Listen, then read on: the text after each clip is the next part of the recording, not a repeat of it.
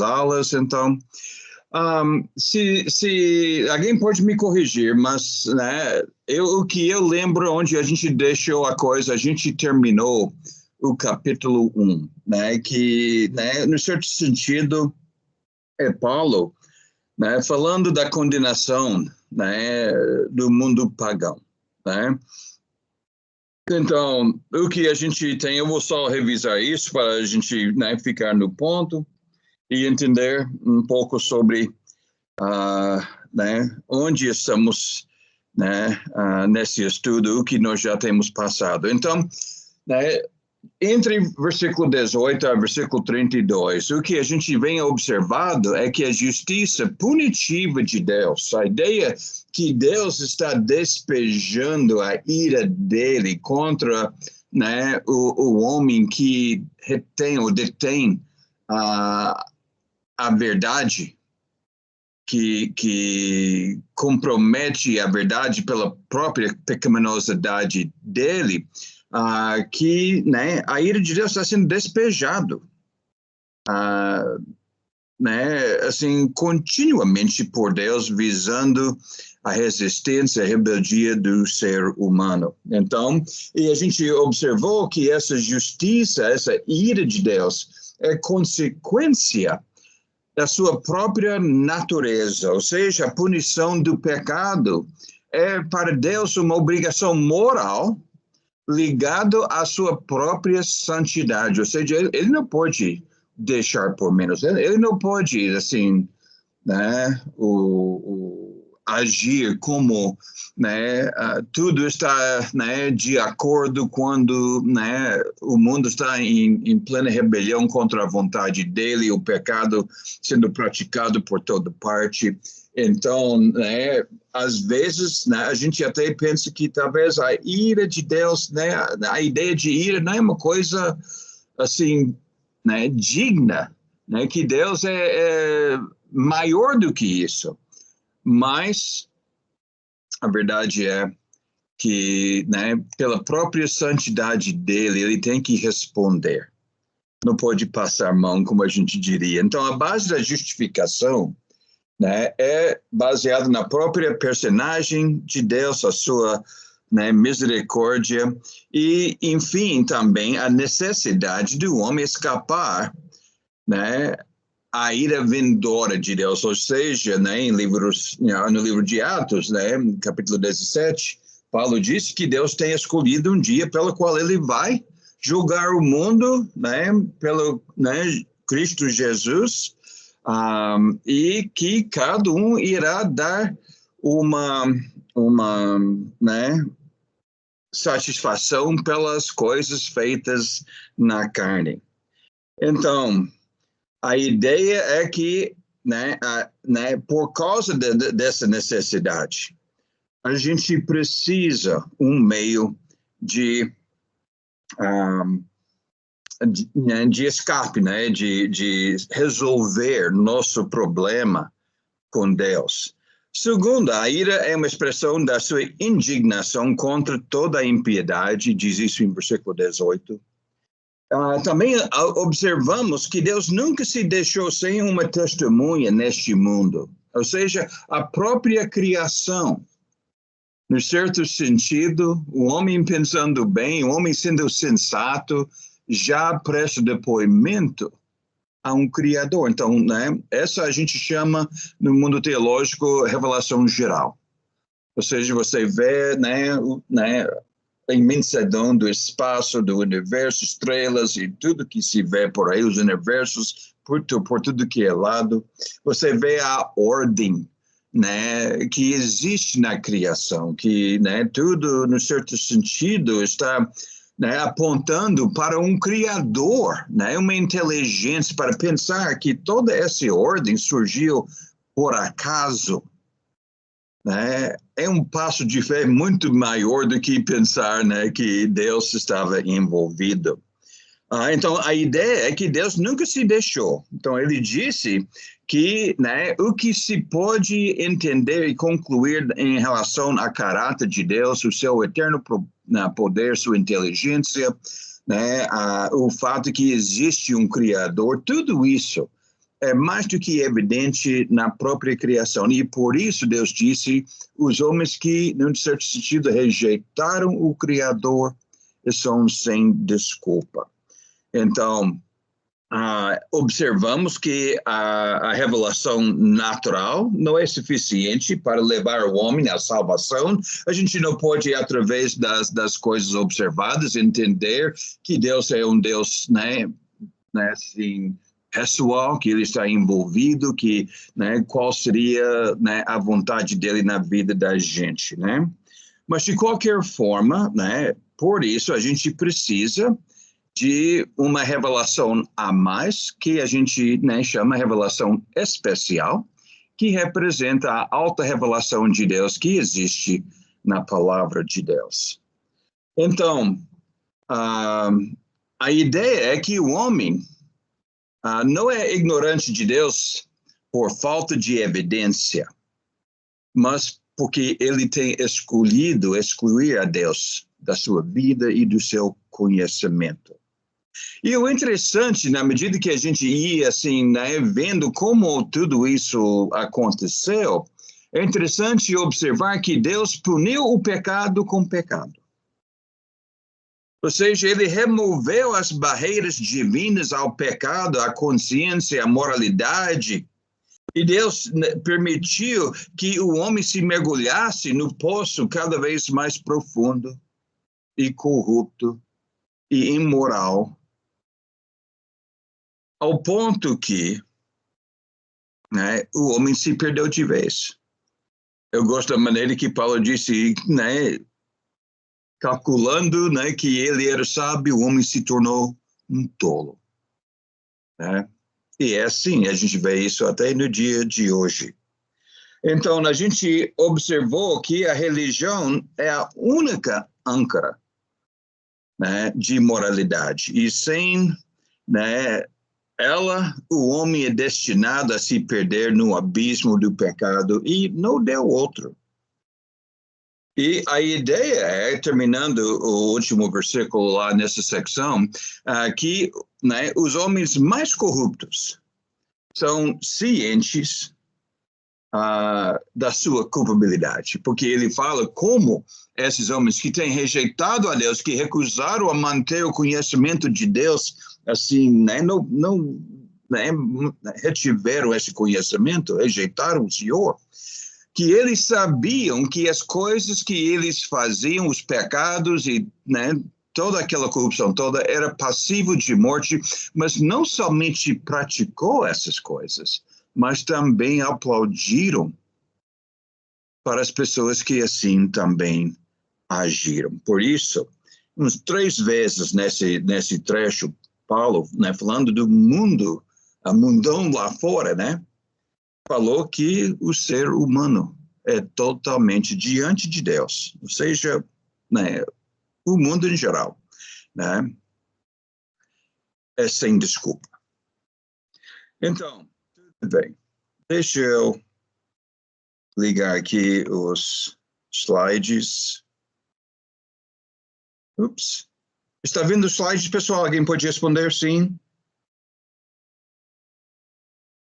Oh, peraí. Acho que não. Peraí, está aqui.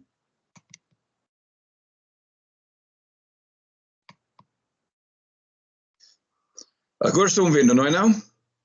Agora sim. Ah, tá, tudo bem. Então, né, para falar a verdade, essa primeiro trecho aqui, versículo 18 a 32, é um pouco desanimador. Ou seja, né, a gente fica um pouco deprimido, no certo sentido, ouvir qual era o processo, né?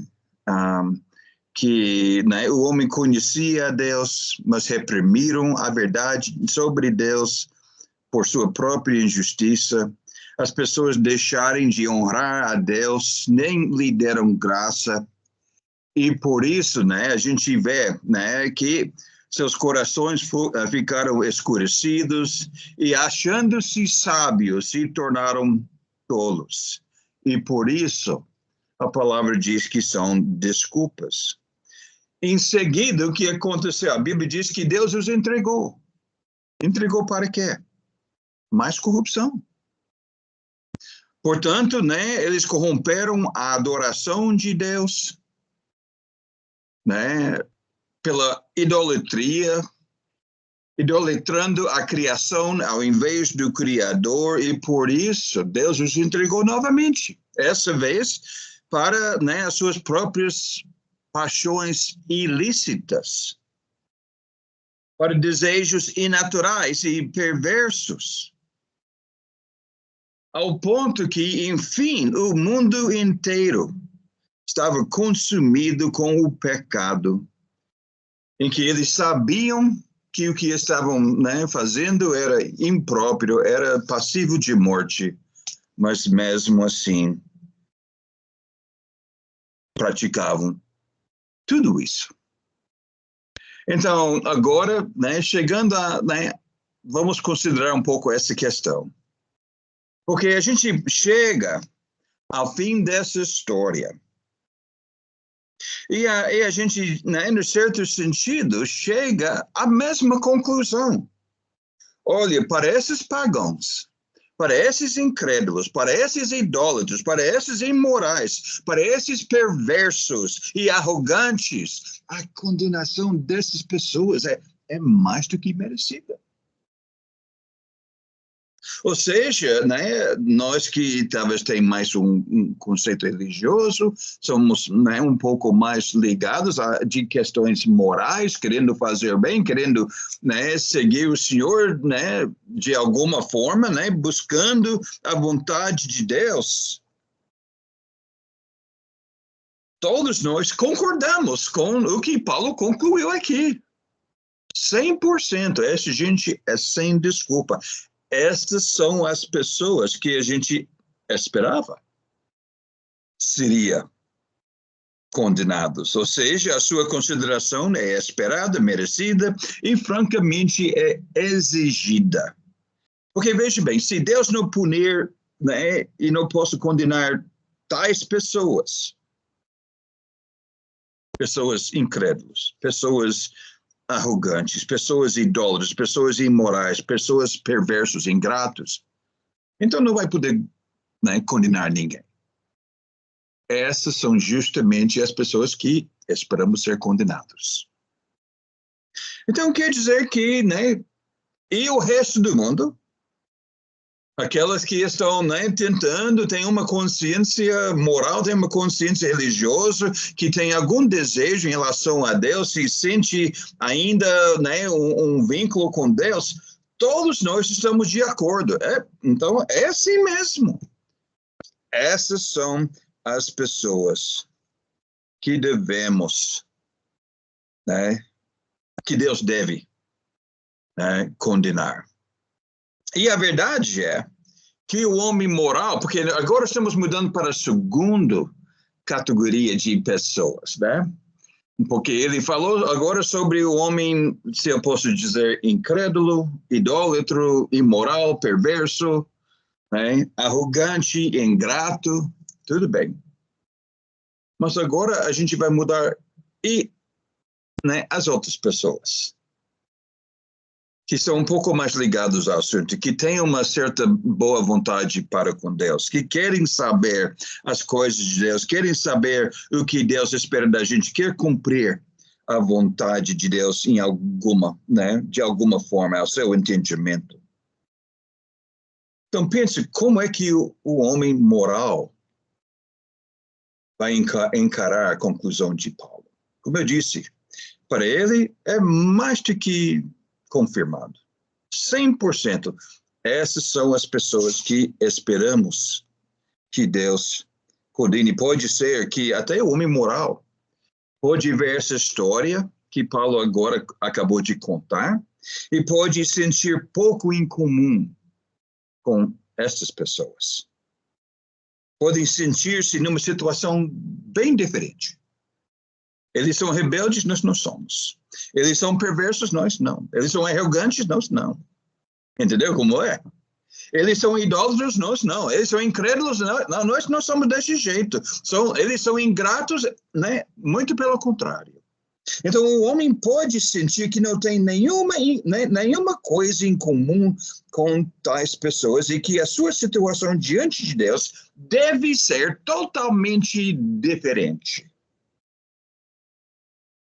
E ele pensa em relação a Deus, em relação à ira de Deus, e ele tem uma expectativa totalmente diferente, porque, afinal de contas, não sou eu buscando, não sou eu, né, assim, exercendo uma disciplina, não sou eu, né, buscando a seguir a vontade de Deus da melhor forma que eu entendo. Então, para eles, a situação deles é totalmente diferente. Tá? E o interessante de toda essa história é que, né, essa segunda categoria que a gente agora vai falar, a categoria do homem moral, ele acaba com e sujeito à mesma conclusão, a mesma sem desculpa. E, para falar a verdade, né, como eu disse, o homem moral se sentiria decepcionado se Deus não condenasse esse primeiro tipo de pessoa. Para o homem moral, no certo sentido, né, o julgamento dessas pessoas é quase assim, né, o universo, né, achando novamente o equilíbrio, porque a perversão dessas pessoas, a rejeição dessas pessoas, a ingratidão dessas pessoas, a idolatria dessas pessoas, né, no certo sentido, ia distorcendo o universo e o julgamento, né, está fazendo, né, o universo voltar ao equilíbrio. Então concordamos plenamente com a conclusão do apóstolo. Mas agora ele vai ter outras palavras para o homem moral. E pense comigo.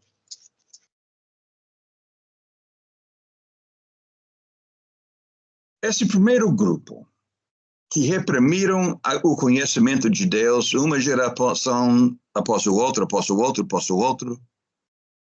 né? O conhecimento de Deus sendo cada vez mais escassez, a moralidade cada vez mais, né, escassez, né? Né, a perversão cada vez mais, né, aceito, mais, né, dominante dentro da cultura dele, seja o que for. Como no dia de hoje, eu posso até acrescentar. E pense bem, quem é o mais culpado? Aquele cujo raciocínio foi escurecido, que acabaram sendo ignorantes da verdade e transgrediram. Eu gosto daquela frase no Novo Testamento que diz que o Deus desse mundo lhes cegou os olhos. Ou seja, eles não têm mais nem noção. Tiveram, mas não tem mais. Essa é uma descrição do nosso dia, não é não? Já não temos mais conceitos, já não temos mais, né, uma bússola moral. Então, no certo sentido, essas pessoas pecaram contra, né, a santidade de Deus, mas já chegaram a ponto que eles nem reconheciam mais que era pecado. No certo sentido, já não tem mais base. Então, quem é mais culpado? Aquele que pecava contra Deus até sem saber que era pecado, sem noção, pecaram na sua ignorância. Ou será que seria mais culpado aqueles que conhecem a verdade, que conhecem a lei, que conhecem as exigências e normas de Deus, e mesmo assim praticavam o mal, sabendo que era errado? Porque essa é agora o que a gente vai ver. Que o homem moral é sujeito a essa sentença por esse motivo. Tá? Então, o povo bem moral não é menos imperdoável. É isso que a gente vai ver. Né? E para falar a verdade, a pessoa moral, a pessoa assim, até religioso, a pessoa um pouco zeloso pela justiça, essas são as pessoas que esperamos ser aprovados.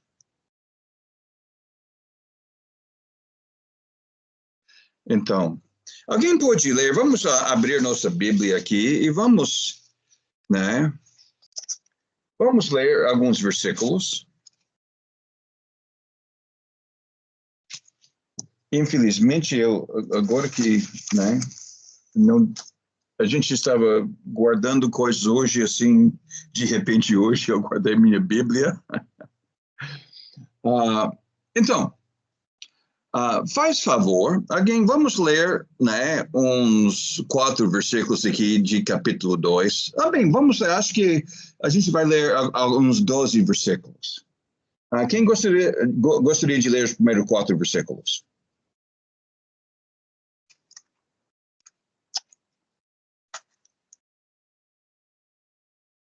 Alguém toca, por favor, leia. Qual Capítulo 2, versículo 1 a 8. Romanos. Romanos 2, 1 a 4.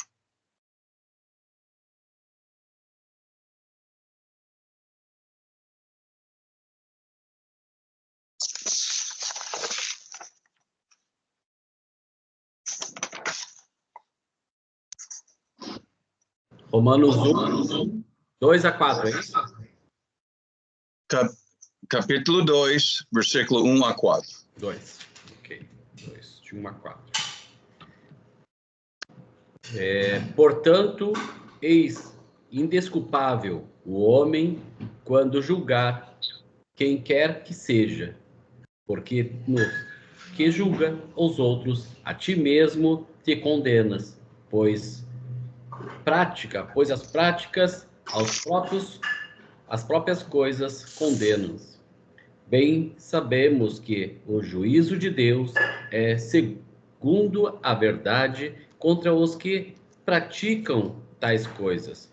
Tu, ó homem, que condenas os que praticam tais coisas e fazem as mesmas, pensa que está livre do juízo de Deus.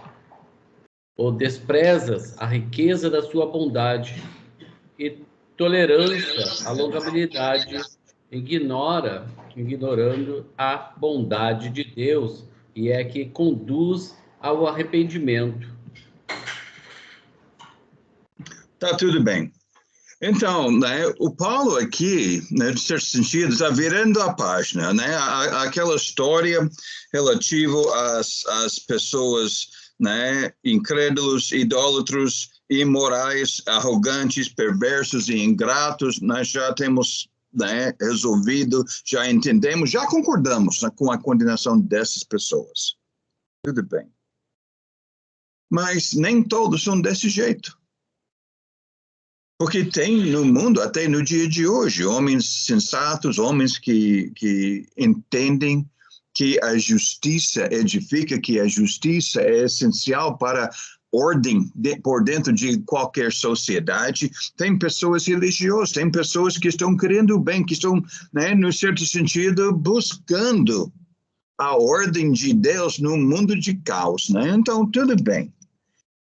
Então, essas pessoas são as pessoas que agora estamos considerando. Então, Paulo leva o caso do homem moral, podendo ser judeu ou não, pode ser um gentil, assim, iluminado, tudo bem. Alguém moral, alguém que tem algum conceito. E, né, como eu falei, que o homem moral, né, está lendo aqui a história daquela primeira turma, sentindo-se seguro na sua condição, porque ele não é nada igual àquela gente. Ele acha que ele não tem nada a ver, nada em comum com aquelas pessoas. Mas daí Paulo acaba com o mundo deles, ele detona, né, vamos dizer, a esperança falsa do homem moral, afirmando que o homem moral é igualmente indesculpável. E para nós, essa já é um conceito mais difícil de aceitar. Porque, afinal de contas, nós aplaudimos essas pessoas. Nós sentimos algo em comum com essas pessoas. Para falar, e como eu tenho aqui nesse slide, essas são as pessoas que a gente esperava que seriam aprovados por Deus. Mas veja o que Paulo disse. Ele disse, não, você é indesculpável. Por quê? Porque justamente naquela área, quando você está julgando, né, as falhas, os pecados, os delitos dos outros, condenando as outras pessoas nos seus delitos, você condena a si mesmo. Mas como? Porque você pratica a mesma coisa.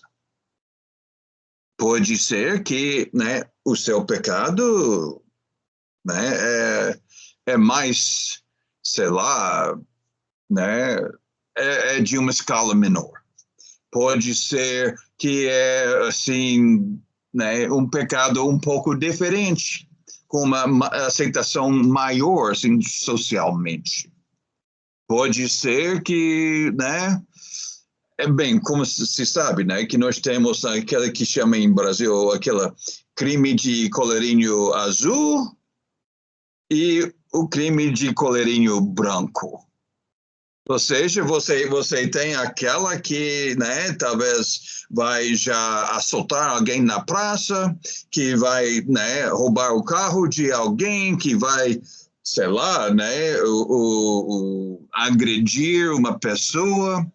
E daí você tem, né, ou um ou outro rouba, né, que rouba. Enquanto o outro só faz apertar o teclado no computador e desviou fundos da empresa, desviou fundos, sei lá, de alguma outra coisa, através do sobrefaturamento, através, né, a famoso Caixa 2 que tem no Brasil, né? Praticou a desonestidade, praticou, né? Ele não colocou, né, um revólver nas costas de ninguém. Ele não colocou uma faca, né, ao pescoço de ninguém. Mas ele roubou do mesmo jeito. Pode ser uma coisa bem branda que, né, tem, sei lá, né, lá na empresa, né, eles têm, eu não sei, talvez esse tipo de dispositivo que coloca no computador, né, o pendrive. E eles têm, né, centenas lá na gaveta, né, que, né, nós temos acesso na medida que for preciso, se é preciso, né, assim, né, o salvar um arquivo, é possível ir lá buscar e tal. E talvez eu chegue lá, eu pego uma que eu não preciso para o meu trabalho, eu simplesmente coloco na bolsa, chego em casa e eu coloco aí junto com os 2 ou 3 outros que eu já roubei da empresa. A gente raciocina, né, com um raciocínio que, olha, a empresa tem centenas, né? 1, 2 ou 3 não vai fazer diferença para a empresa. Pode ser outras coisas da mesma forma. Então, o ponto é que aquela que vê aquele ladrão na televisão, mas que barbaridade.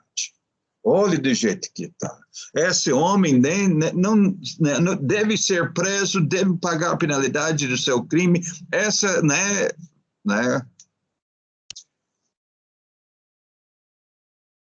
Mas daí ele volta e faz a mesma coisa, numa escala diferente, de uma forma diferente. Mas quando ele condena o outro, ele condena a si mesmo. É isso que Paulo está dizendo. Ou seja, o homem moral é uma pessoa muito inconsistente. Então, ele pratica as mesmas coisas que condena nos outros. Isso sem falar que o julgamento, que é aquela história, né, que, né, em relação aos pecados dos outros, a gente quer, né, a rigor da lei. Enquanto com nossos delitos, nós temos nossas racionalizações, né, que, olha, não, mas todo mundo faz. Mas né, não é nada demais. Não vai fazer falta. E, no certo sentido, a gente passa a mão em cima dos nossos delitos, enquanto para os delitos dos outros queremos o rigor. É um julgamento hipócrita. O homem, tipicamente, né, o seu julgamento, além de ser hipócrita, muitas vezes é baseado nas aparências das coisas.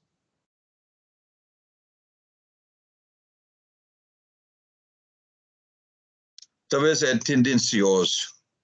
É parcial. E por causa da hipocrisia envolvida, em função da expectativa que, né, os meus pecados vão ser, né, perdoados, os seus pecados nós queremos cobrir, né, a penalidade máxima. É isso que Paulo quer dizer quando você é indesculpável. Você condena a si mesmo quando você condena os outros. Então, no certo sentido, aqui nós temos mais ou menos, né, a colocação de Paulo, em que ele diz que eles condenam a si mesmo quando eles julgam os outros que fazem a mesma coisa. Pode ser de uma escala diferente. Um está roubando milhões, o outro está roubando uns trocados.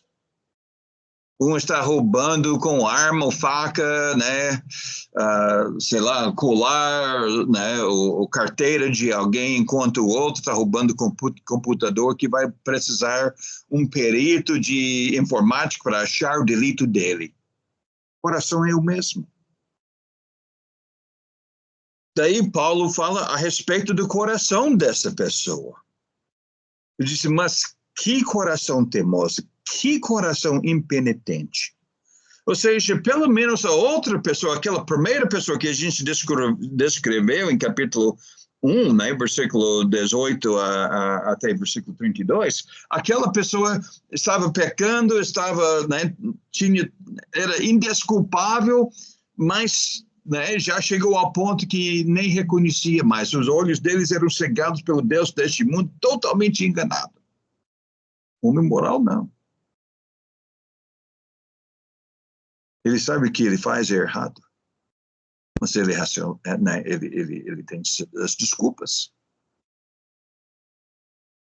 Ele acha seu caso diferente. Ele acha seu caso especial. As regras não aplicam para ele do jeito que aplicam para os outros. Aquela história. Ele fala sobre, né, a bondade de Deus para com essas pessoas, mas a ideia é que essas pessoas estão, né, no certo sentido, trafegando na graça de Deus. Quer dizer que, olha, a gente vai pecar e depois a gente vai se arrepender. Vamos fazer o que é, né, errado, mas depois a gente busca remediar alguma coisa através, sei lá, da religião ou de alguma boa ação que oferecemos em troca dos nossos delitos.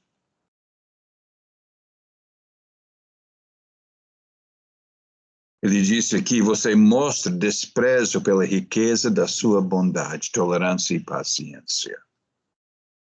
E a acusação é que até o homem moral,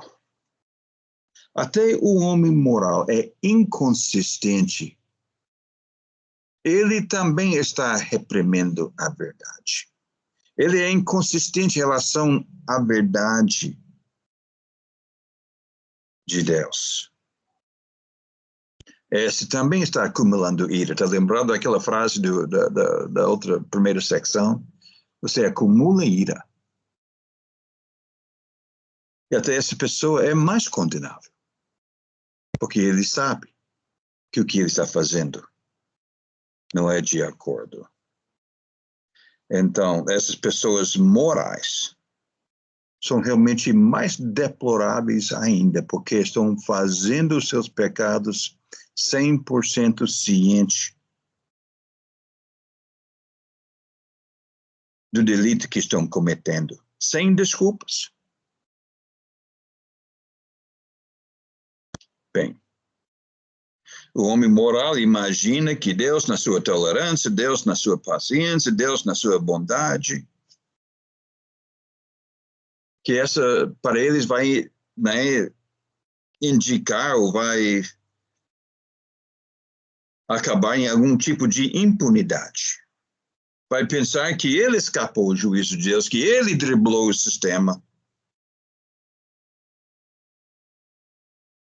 Mas muito pelo contrário. Essa também é sem desculpas. Essa ainda mais deplorável. Então, vamos ler os próximos 5 versículos, até o versículo 11. Alguém pode ler 6 a 8?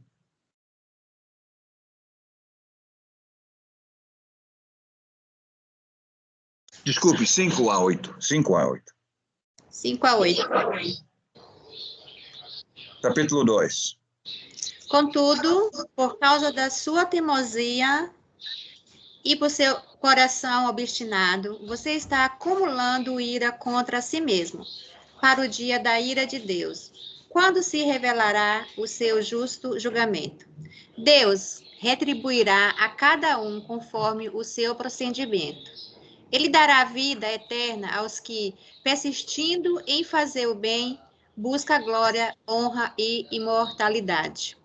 Mas haverá ira e indignação para os que são egoístas, que rejeitam a verdade e seguem a justiça. Tá bem, alguém pode ler até o versículo 11?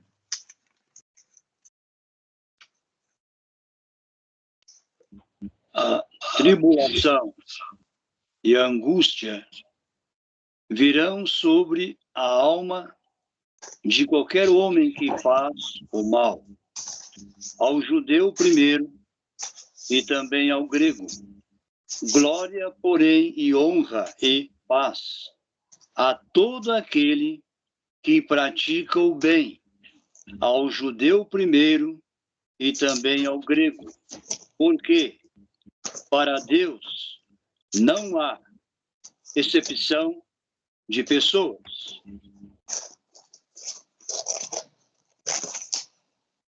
Tá bem, terminou o versículo 11?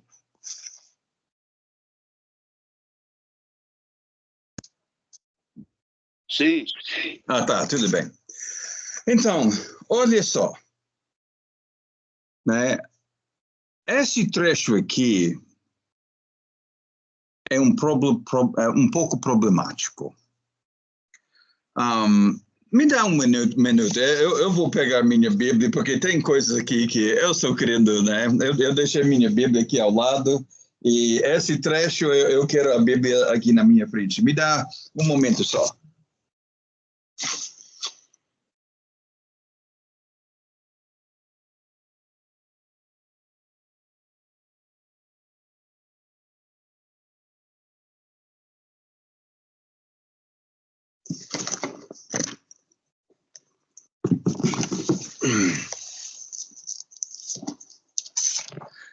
Tudo bem. Ixi. Tá certo. Então, aqui temos um trecho um pouco problemático. Eu digo isso porque parece que Paulo está aqui, no certo sentido, alimentando uma certa, como se diz, expectativa moral, né? Um processo moral para a salvação do homem.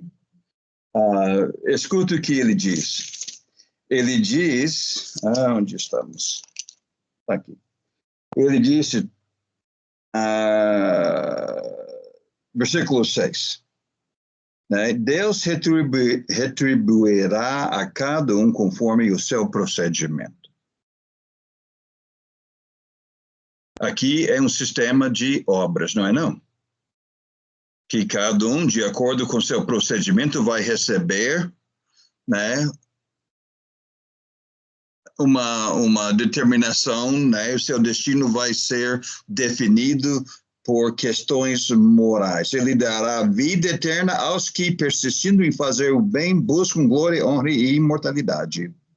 Mas haverá ira e indignação para os que são egoístas, que rejeitam a verdade e seguem a injustiça. Haverá tribulação e angústia para todo ser humano que pratica o mal, primeiramente do judeu e depois do grego. Mas glória, honra e paz para todo que pratica o bem, primeiro do judeu, depois para o grego, porque em Deus não há parcialidade.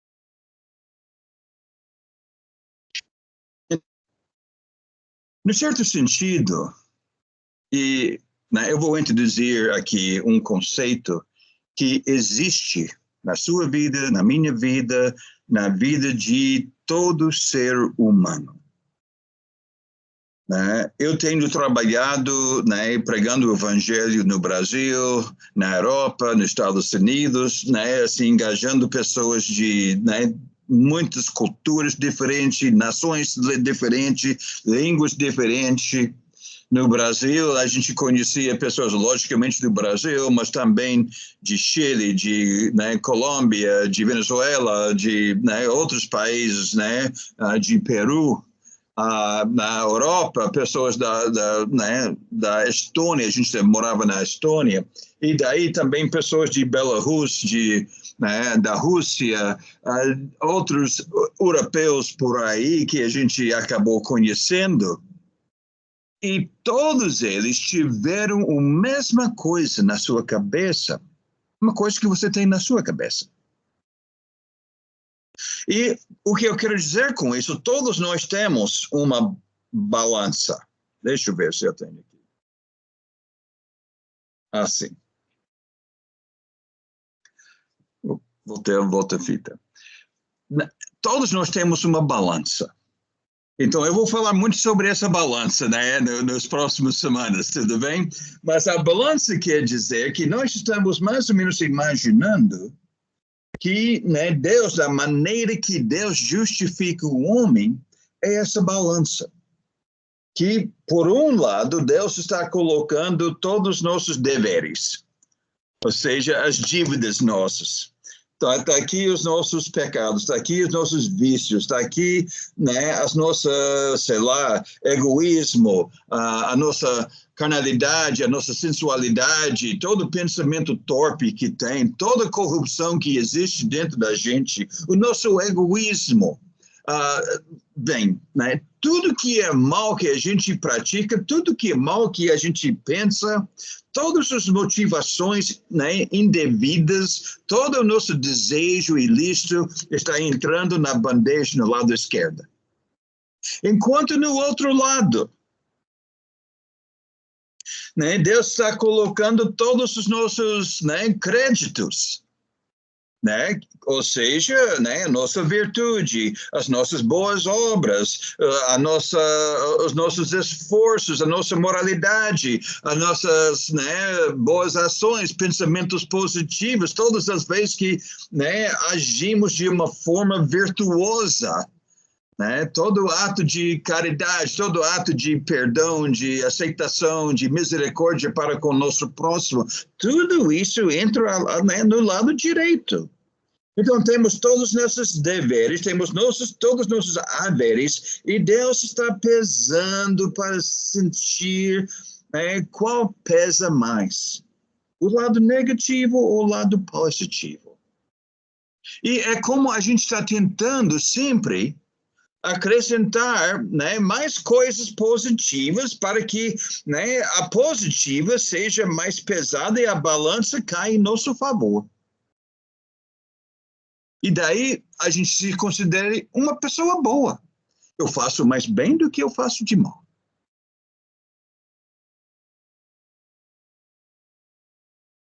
Pelo contrário, se de repente, né, Deus constata que, né, tem uma pessoa que tem mais vício, mais né, pecado, mais ressentimento, mais violência, mais né, o pensamento ilícito do que tem de virtude e boas obras, então a condenação dessa pessoa, novamente, mais do que justificado.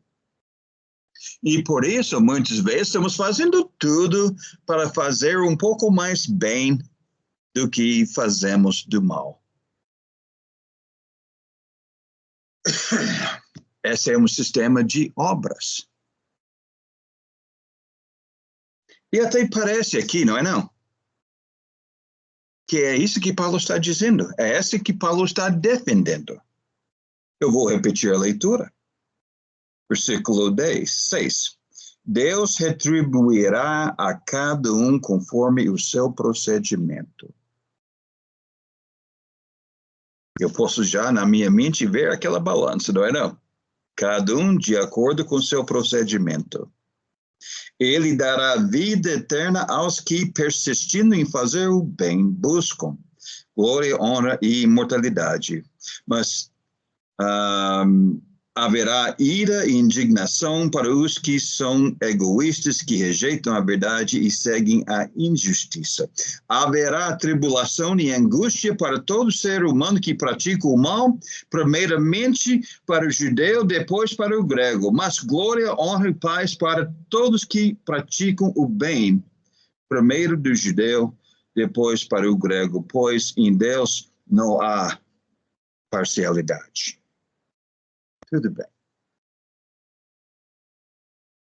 Esse trecho tem deixado muitos a concluírem que a maneira que Deus justifica é essa balança.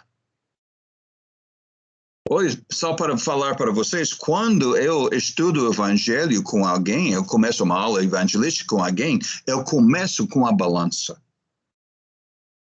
Porque essa é a esperança do povo. Eles estão esperando que sua vida, no certo sentido, Deus pesando, né, a virtude e as boas obras, as boas ações, né, contra, né, os pecados e vícios e falhas da pessoa, que Deus vai descobrir que essa pessoa tem feito mais bem do que mal, e ela vai ser feliz, vai encontrar-se com Deus, vai ser mil maravilhas. E, de novo, parece que é isso que Paulo está dizendo aqui.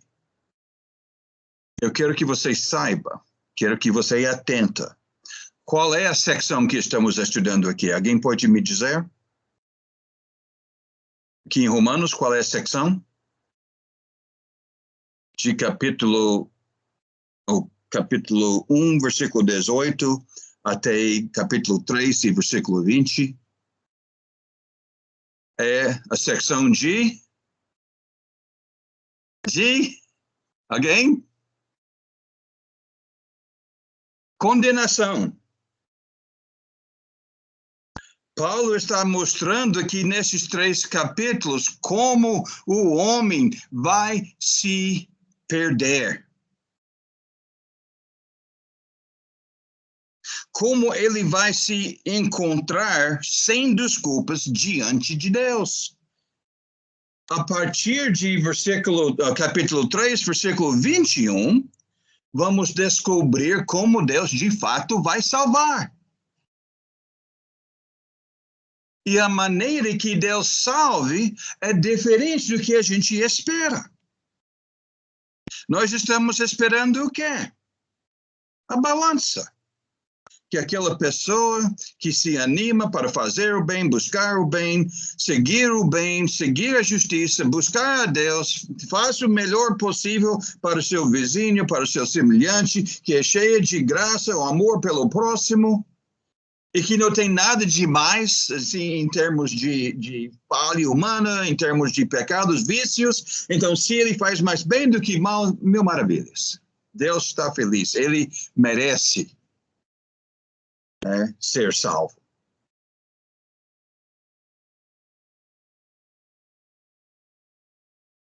Mas esse trecho aqui, esse todos os dois, né, os dois capítulos aqui que estamos estudando. Está descrevendo como o homem se perde. Como o homem se encontra condenado. A verdade é que o que realmente Paulo está enfatizando aqui é que Deus julga sem parcialidade. Você notou como ele citou assim 3 frases aqui que destacou essa questão. Então, já que está sendo repetido, é importante. Ele disse, olha, para aquela que pratica o mal, aquela que, né, sei lá, né, que pratica o mal, que, né, resiste sei lá, né, vamos dizer aqui, da vida, mais, né, para os egoístas que rejeitam a verdade, que seguem a injustiça, né, essas vão se encrencar. Primeiro o judeu e depois o grego. Mas, para quem que busca a verdade, que busca glória, honra e imortalidade, né, Deus vai abençoar essas pessoas. Primeiro o judeu, também o grego, porque não há, né, diferença entre eles diante de Deus. Ele vai tratar cada um, né, com equidade. O ponto é que enquanto o ser humano se julga por ser uma pessoa moral, uma pessoa que, né, até alguma altura busca a Deus, que preza a justiça, que apoia, né, o que é bom e tudo isso, que Deus vai, no certo sentido, passar visto grosso naqueles vícios, naquelas inconsistências, aqueles delitos. Ele disse, não se engane. Não há com Deus parcialidade, acepção de pessoas. Se você pratica o mal, né, você vai se encontrar condenado, você está sem desculpa. Mas tudo bem. O ponto que eu quero que você entenda aqui é que Paulo está descrevendo como o homem se perde. Eu vou já adiantar uma coisa. Você apelando à sua moralidade, os seus feitos, né? As suas virtudes, a sua dedicação, a sua religiosidade, essa é como alguém se perde. Né? Vamos descobrir em capítulo 3 e 4 como alguém se salva, como Deus justifica. Mas o que eu queria esclarecer para você, que esse trecho aqui é um pouco difícil de entender, porque parece que Paulo está, no certo sentido, falando de salvação pelas obras. No certo sentido, dando corda para a ideia dessa balança pelo qual a gente fazendo bem, buscando bem, vida moral, abençoar, né, buscar a santidade e tudo isso, que nós vamos nos sair bem. Não é isso que está dizendo. Por quê? Porque a salvação é uma dádiva de Deus. Não é o pagamento pelos serviços prestados. Eu vou voltar para esse assunto mais tarde, né? Mas eu quis que você entendesse que esse versículo é um pouco complicado aqui, porque parece que está falando que essa é como alguém vai se salvar. Quando ele não está falando isso. Por quê? Porque como alguém se salva, capítulo 3 e 4, como alguém se perde, versículo 1 e 2. O que ele está realmente querendo dizer é que você não deve esperar um favoritismo da parte de Deus, que você sendo uma pessoa moral, você tendo uma certa, né, empatia para com a justiça, buscando fazer o bem. Você não deve esperar que Deus vai te salvar, que você vai ser acolhido por Deus quando, na sua inconsistência, você acaba se tornando réu dos mesmos falhas e pecados que você condena nos outros. Então, a gente está achando que com nós a história vai ser diferente. Paulo está dizendo negativo. Com Deus não há parcialidade. Se você é transgressor, você vai ser condenado. Tudo bem. Cada um de acordo com suas obras. Então, Paulo aqui está descrevendo como alguém se perde. Tenho muito para falar sobre isso. Vou falar muito a respeito. Eu estou só te adiantando, né? Que a gente não deve estar imaginando que a nossa vida boa, nossa obediência, nossa moralidade, nossas boas ações, nossos sacrifícios feitos em prol do reino, em prol das outras pessoas, é o caminho. Por quê? Porque o bem que a gente faz não anula, não responde pelo mal que também fazemos. Temos muito para falar sobre isso mais adiante, mas eu não quero entrar em tanto detalhe nessa altura. Então, ele está descrevendo como as pessoas serão julgadas, como as pessoas vão se perder.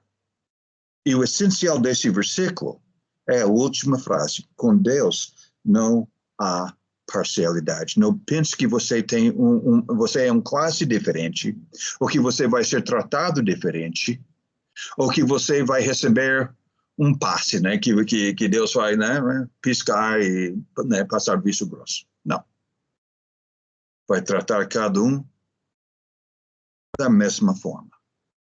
Tudo bem. Em termos gerais, é verdade. Então, veja bem, outro sentido deste versículo que, em termos gerais, é verdade que aquelas que, por persistência em fazer o bem, buscam glória, honra e imortalidade, que receberão a vida eterna. Ou seja, eles estão seguindo o princípio certo. Então, não é bem como se salva, não é, Paulo não está nem descrevendo isso nessa altura, mas ele está, no certo sentido, nos explicando porque até uma pessoa moral seria sem desculpa.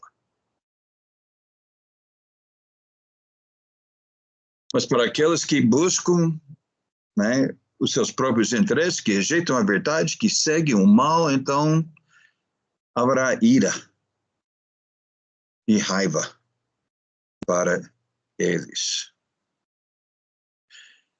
Então, o ponto que eu quero que você entenda é que até o melhor de nós acaba caindo nesse segundo grupo. Por que você está na igreja? Porque eu quero agradar a Deus.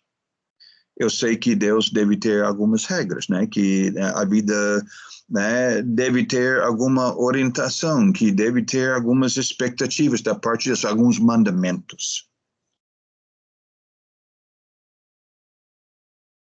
Deve ter algumas coisas que eu devo mudar na minha vida para viver, assim, me alinhar com o propósito de Deus. Essa também é verdade. Mas o que eu quero que você entenda é, enquanto nós queremos fazer bem, enquanto a gente regozija em tudo que é reto e a justiça feita entre os homens, então, enquanto estamos, no certo sentido, buscando glória, honra e imortalidade, em nenhum momento eu nem você deixe de sermos pecadores. E vamos responder. Né? Não devemos contar com uma parcialidade da parte de Deus. Essa, né, não é a programação do Senhor, não é como ele funciona, né? Tá bem. Então, deixa aqui. Aqui está. Então, essa é a ideia que eu já expliquei, não vou entrar nisso, mas veja bem, a presunção de favoritismo é um pé de tropeço. Para pensar que Deus vai nos tratar de uma forma diferente, moralmente falando, agora, lembrando-se que estamos falando de como o homem se salva. E sempre existe entre pessoas morais, pessoas religiosas, a expectativa que Deus vai achar, né, vai praticar o favoritismo. E vamos falar mais sobre isso adiante, mas, né,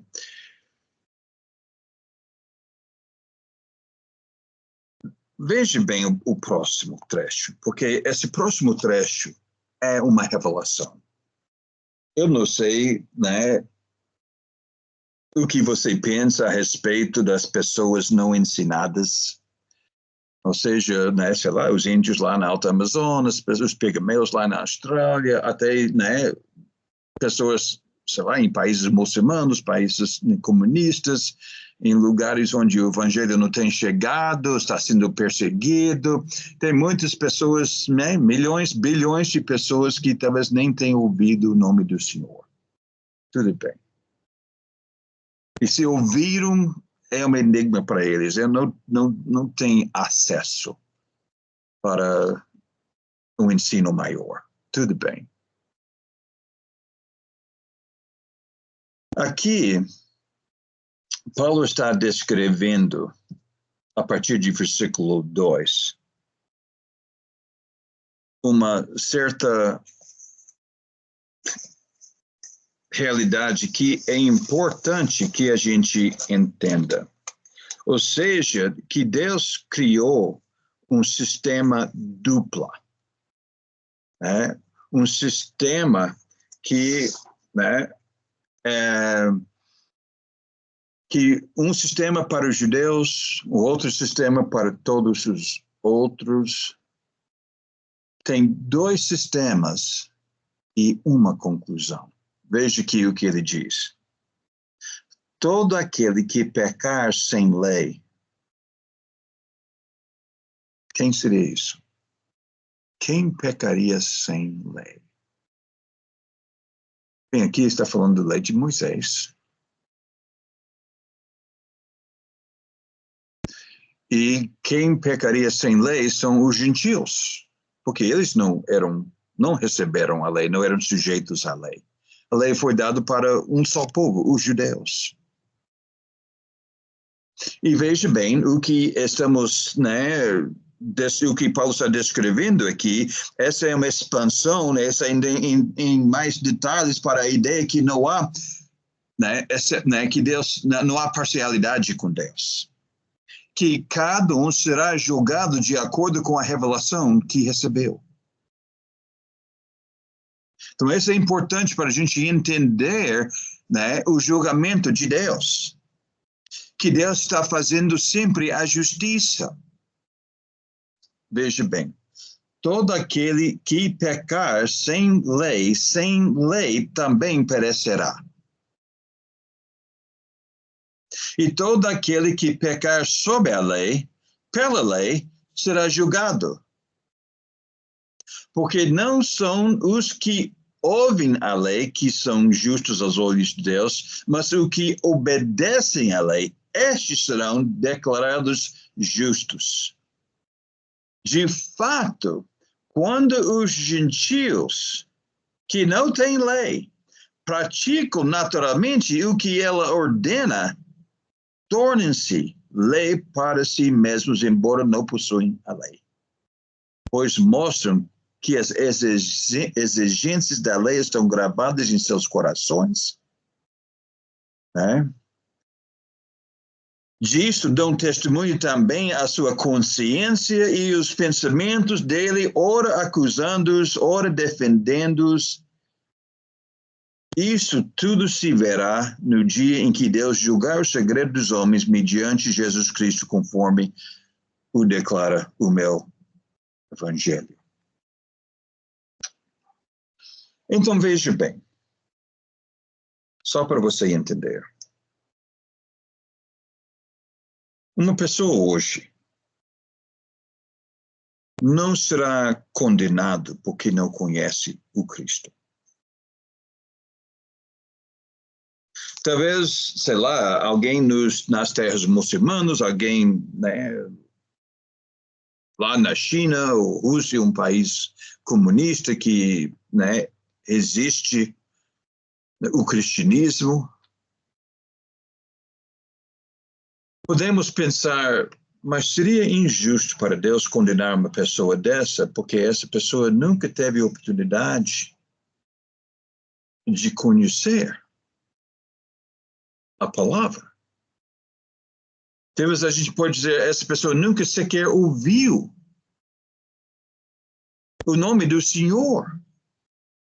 Então, o que eu quero que você entenda, que a pessoa não está sendo condenado porque ele não se batizou, ou porque ele não tomou a ceia do Senhor, ou não se congregava, ou né, não conhecia a doutrina, ou né, que, né, não. Esse pode ser o motivo pelo qual ele não foi salvo, mas o motivo que ele se perdeu, a razão que o homem é condenado, é que ele peca contra o conhecimento que ele tem. Então, é isso que Paulo está dizendo aqui. Todo aquele que pecar sem lei também perecerá. O gentio não foi condenado porque ele não guardava o sábado. Não foi condenado porque, né, o mandamento, né, o quinto mandamento, sétimo mandamento, nono mandamento, ele, né, desobedeceu. Não. Ele está perdido porque até aquele conhecimento que tem, o sistema que Deus criou para ele pecou contra isso. Então, eu vou ler o resto do capítulo aqui, porque, né, essa vai ajudar né, o resto do estudo. Então, ele vai abordar um pouco aqui os judeus, que, no certo sentido, já é um outro grupo, né, que tem o homem moral, mas entre os homens morais, daí você tem os judeus, que se sentem ainda mais moral, ainda mais, né, certo do que, né, aquele pagão com conceito religioso, aquele pagão moralista. Tudo bem. Ora, você leva o nome de judeu, apoie-se na lei, orgulhe-se de Deus. Você conhece a vontade de Deus e aprova o que é superior, porque é instruído pela lei.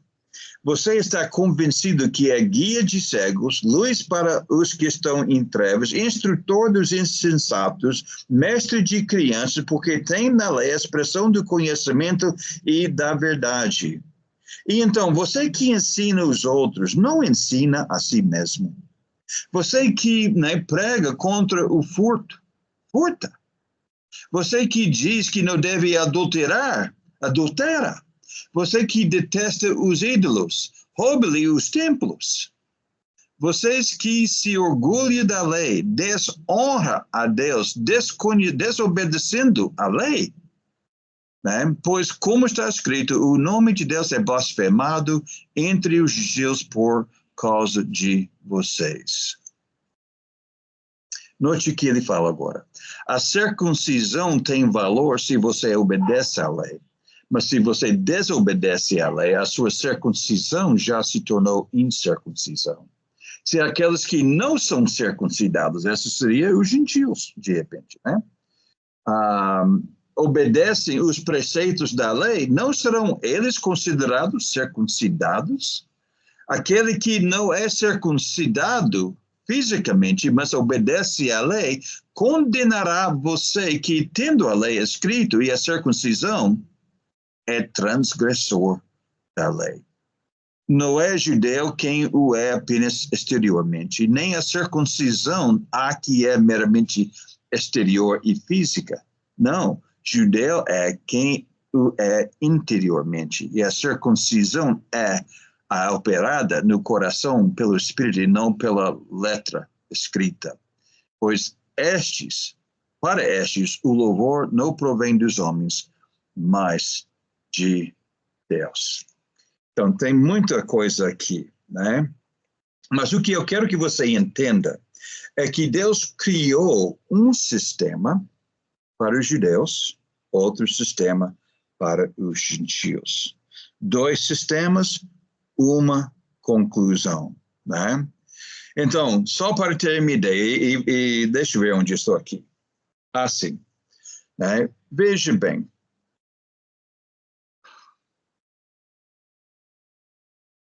Por que alguém se perde? Nós podemos dizer, olha, as pessoas se perdem porque eles não conhecem a Cristo. Eles se perdem porque não são batizados. Eles se perdem porque são desobedientes à lei, até ignorantes da lei. E a gente tem, né, assim, todas essas ideias rodando em nossa cabeça. E a verdade é que o que realmente está constamos aqui, que estamos confundindo a causa da perdição com a cura da perdição. Alguém está perdido porque eles são pecadores. O motivo que são perdidos é que eles são pecadores. E nesse caso, o conhecimento de Cristo é salvação. Ou seja, Cristo é a saída, Ele é a cura. Então, eu tenho uma história que eu conto, né, que vamos supor, vocês, né, talvez saibam que eu, né, vim para o Brasil, né, nos anos 80, e eu fui lá na Amazonas, fui lá em Manaus. Iniciamos a igreja lá. E, né, vamos supor que um amigo nosso, da nossa família, ele é médico. Que ele tem, sei lá, né, esse remédio aí, que é uma maravilha. Poucas pessoas no mundo possuem, acontece que ele tem, como médico. É um remédio que cura tudo. Né? Tudo bem. Mas cura tudo, né? Tudo bem. Então, né, ele, né, é da igreja, ele conhece minha família, sabe que nós estamos indo para, né, a Amazonas, ele não sabe, né, todos os riscos que corremos lá em termos de saúde, eu, minha esposa, nossos filhos. Então, ele, no certo sentido, você pode imaginar, esse remédio é muito caro, cura tudo. Então, ele me chama com uma certa solenidade e ele diz, olha, eu e minha família queremos dar para você e sua família esse remédio. Quando você chega no Brasil, você guarda na geladeira, tem que ser, né, gelada, manter-se gelada. Mas essa cura tudo. Então, nós estamos, né, preocupados com a saúde, né, de você, da sua esposa ou dos seus filhos, e queremos que você tenha isso como, né, para resguardar a saúde de vocês, né? Então, leva, né, nós vamos, né, custear isso, nós queremos dar isso para a proteção de você e sua família. Tudo bem. Então, a gente chega no Brasil, coloca na geladeira e até a gente sente um pouco aliviado que, né, a gente não sabe que tem muitas doenças por aí, é Amazonas mesmo, é dengue, sei lá, diversas coisas, né? Por último, temos, né, o Covid e tudo isso. Mas tudo bem. E, de repente, depois de alguns anos, né, aquilo tudo guardado na geladeira o tempo todo. Né? Começa a rondar uma doença fatal. E que nessa altura, depois de alguns anos no Brasil, nós conhecemos nossos vizinhos muito bem, somos muito amigos,